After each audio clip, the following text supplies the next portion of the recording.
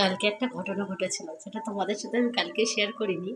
তবুও কিন্তু আমি ভেবেছিলাম যে আজকেই তোমাদের সাথে শেয়ার করবো। আর সেটা হচ্ছে, আমার গোপালের একটা সোনার চুড়ি হারিয়ে গেছিলো।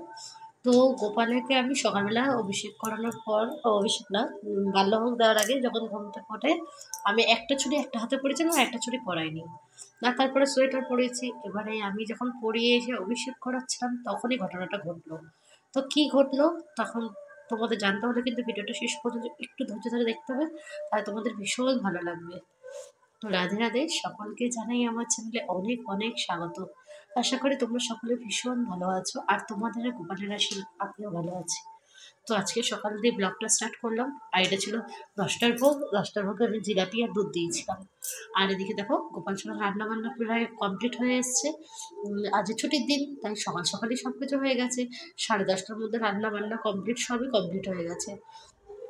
তারপরে এক্সট্রা কাজ ছিল, আজকে একটু ঠাকুর ঘরটা একটু ঝাড়াঝাড়ি করবো। আর অ্যাকচুয়ালি কী হয়েছে, আরশোলা হয়েছে।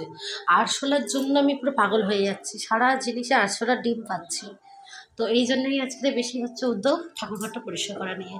তাই আমি আর আমার দাদা লেগে গেলাম, সকাল সকাল রান্নাবান্না আমিও করে নিলাম। ওর পার্সোনাল কাজগুলো সব কমপ্লিট করে নিয়েছে।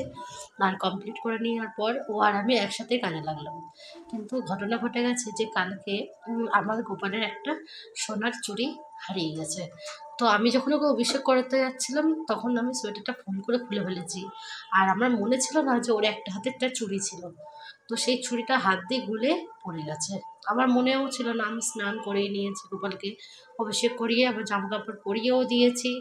তখন আমার মনে পড়লো যে ওর হাতে তো একটা চুড়ি ছিল, সেই চুড়িটা কোথায় গেল। তখন আমি খুঁজলাম, তখন দেখছি যে চুড়িটা কোথাও পড়ে গেছে। আর গোল জিনিস তো, গড়িয়ে কোথায় চলে গেছে আমি তো খুঁজেই পাচ্ছি না। চারিপাশ সব খোঁজা হয়ে গেছে, সিংহাসনে তলা টলা সব, সব জায়গা পরিষ্কার, কোথাও কিছু নেই। তো কোথায় গেল কোথায় গেল, তখন আমি বুঝলাম যে গোপাল আমাকে, আমার সাথে খেলা করছে, দুষ্টামি করছে।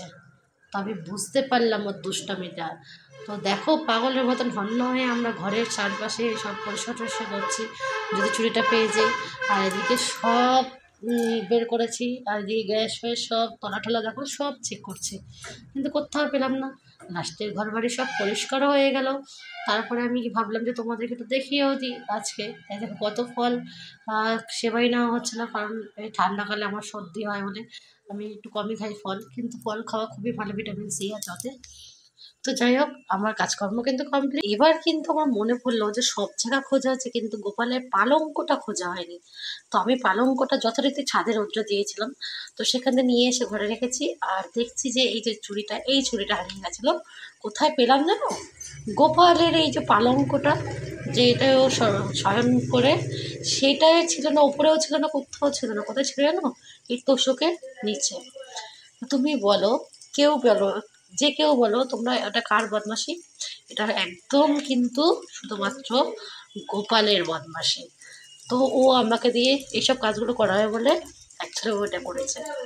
তো এই অলৌকিক ঘটনা আমার কিন্তু ভীষণ স্মরণীয়। আর এটা আমার সঙ্গে নতুন কিছু নয়, অনেকবার এরকম হয়েছে। ওর অনেকগুলো বাঁশি হারিয়ে গেছে, এখনও পর্যন্ত পাইনি।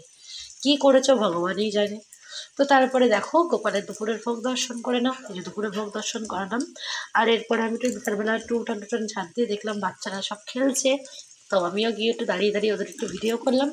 আর একটু দেখলাম যে কত সুন্দর এই শীতকালে এই একটা জিনিস, যে গা গরম করার অনেক উপায় আছে, কিন্তু গরমকালে গা ঠান্ডা করার কোনো উপায় নেই। এই একটা মহা বিপদ। তো যাই হোক, যথারীতি আমার কাজকর্ম সব কমপ্লিট হয়ে যাওয়ার পরে আমি উঠান টুটান ঝাঁট দিয়ে এবার দুয়ারে জল দিয়ে চলে এসেছি। আর এসে এই যে সন্ধ্যাবেলায় সন্ধ্যা আরতি করে নিলাম। আর সন্ধ্যা আরতি করে নেওয়ার পরে মনে করলাম যে গোপালের জন্য টিফিন করা হয়নি, তাই আজকে গোপাল সোনার জন্য একটু বানিয়ে নিলাম টিফিন। তো কী বানাচ্ছি বলো তো, পাস্তা। তো পাস্তাটা দেখো, মটরশুঁটি, ক্যাপসিকাম, আলু আর লঙ্কা কুচিয়ে দিয়েছি। আর এদিকে টমেটো বানিয়ে রেখেছি, ভাজাটা অর্ধেক হলেই দিয়ে দেবো। তো দেখো, অর্ধেক হওয়ার পর টমেটোটা দিয়ে দিয়েছিলাম, আর তারপরে পাস্তাটা দিয়ে দিয়েছি।